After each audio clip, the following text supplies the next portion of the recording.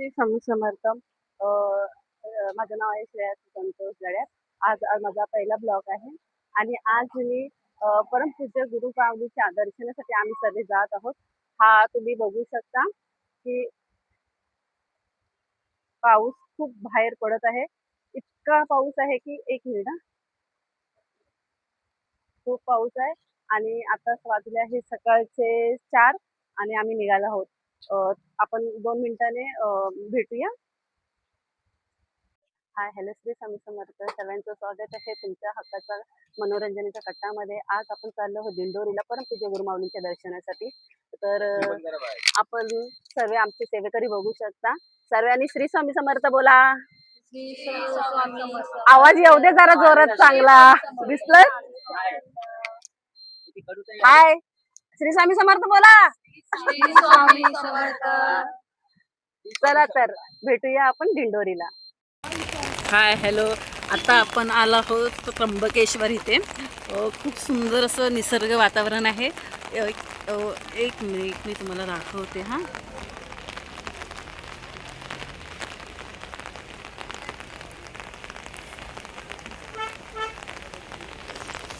खूप असं छान असं वातावरण आहे इकडे.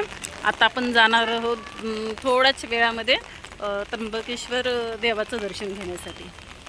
आता आपण आलो आहोत कुशवर्धन नदीजवळ. तिथे मानलं जातं की ही नदी खूप पवित्र आणि स्वयंभू आहे. तिथे येऊन प्रत्येकजण आपले थोडेसे पापं धुतली जातात त्याच्यामध्ये आणि थोडं पवित्र झाल्यासारखं वाटतं. त्यामुळे इथे जर तुम्ही नाशिकला आलात तर नक्की त्र्यंबकेश्वर जवळच कुशवर्धन नदी आहे. तर तिथे पहिली नदी होती, ते कालांतराने तिथे थोडंसं तलावासारखं बनवलं गेलं आहे आणि तिथे नक्की तुम्ही हातपाय तरी स्वच्छ धुवून हातपाय धुवून आंघोळ करू शकता. इथे धार्मिक विधी केली जाते, जसं नागबली, परत अशा इतर जे काय दोष असतात ते घालवण्यासाठी इथे येऊन ही सेवा केली जाते.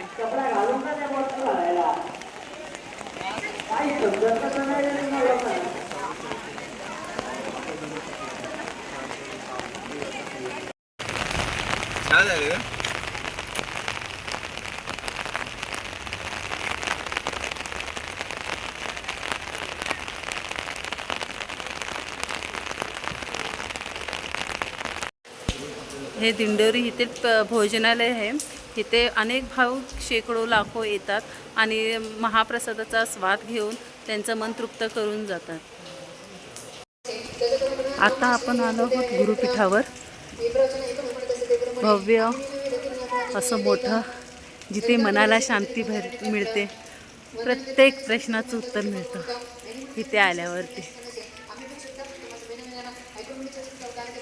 अगदी मन प्रसन्न होईल असं वातावरण आहे.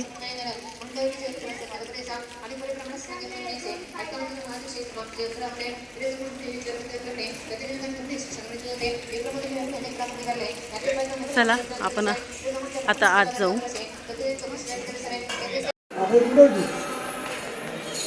आपण जेव्हा जेवून मन तृप्त करून भोजनालयामधून बाहेर येतो तेव्हा ह्या असं प्रकारे सर्व मूर्त्या वगैरे दाखवल्या आहेत. जो मागे झालेला इतिहास आहे तो आपल्याला ह्या मूर्ती स्वरूपात असं बघायला मिळतो.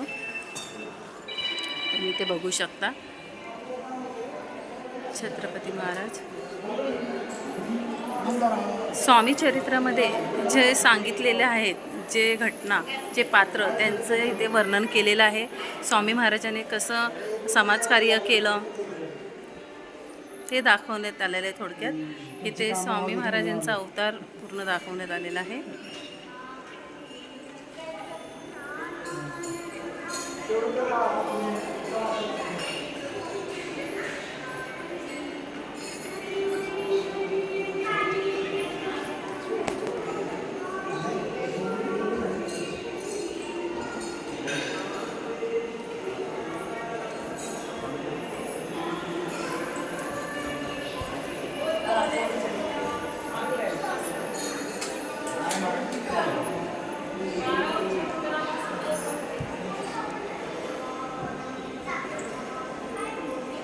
हॅलो जास्त पाणी काढली का तुम्ही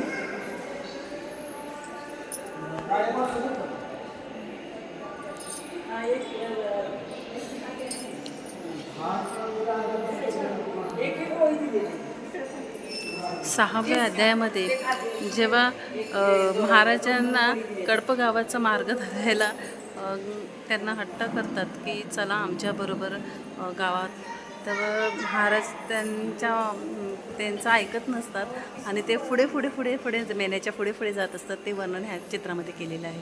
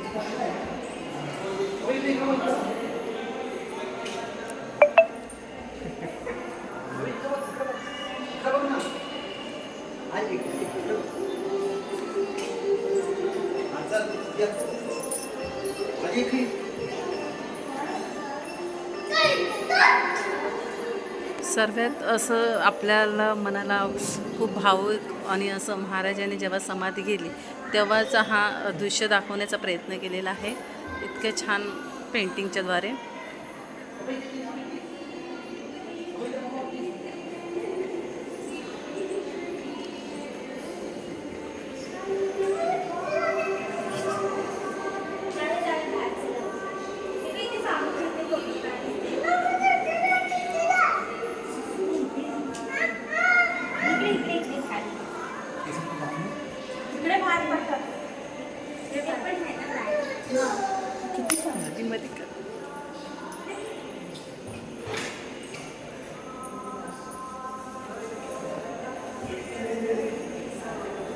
एकंदर काय तर आपल्याला ज्या स्वामीचरित्र सारामृतमध्ये 21 अध्याय वाचायला मिळतात त्याचं पूर्ण वर्णन ह्या चित्रांमधून केलेलं आहे. आदरणीय चंद्रकांत दादांना साकडं घातलं की ही मुंबई 5 विभागात विभागली गेलेली आहे, 5 झोन झालेले आहेत. आता कुठेतरी ती एकत्रित करावी अशी मुंबईकरांची इच्छा आहे. आदरणीय चंद्रकांत दादांनी क्षणाचाही विचार न करता हात असा उंचावर करून ही आता मोठी बनलेली आहे आणि 5 झोन नसून ही तुझ्या विना कोणी माझे उरले नाता, नाती कोती स्वार्था पायी सोडली रे मला. स्वामी तुमच्या सेवेत मरण यावा. जिथे सर्व असमर्थ तिथे फक्त स्वामी समर्थ. तुझ्या चरणी ठेवता सारे मिले समाधानार्थ. जिथे सर्व असमर्थ तिथे फक्त